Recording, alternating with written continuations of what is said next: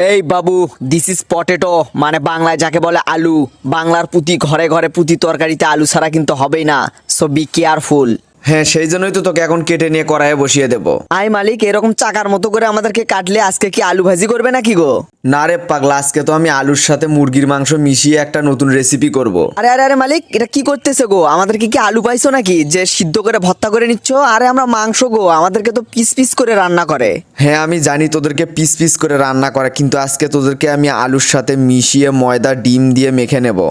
আরে তুমি তো আলু ডিম মাংস সব একত্র করে ভর্তা করে ফেললে গো। এই ভর্তার নাম কি হবে? আলু ভর্তা, মাংস ভর্তা না ডিম ভর্তা? হ্যাঁ, তুই দেখ না শুধু আজকে এই ভর্তা দিয়ে আমি কি রান্না করি। এ কি মালিক, তুমি তো আমাদেরকে জিলাপির মতো করে তেলে ছাড়তেছো। তুমি আবার আমাদেরকে দিয়ে জিলাপি বানাচ্ছ না তো?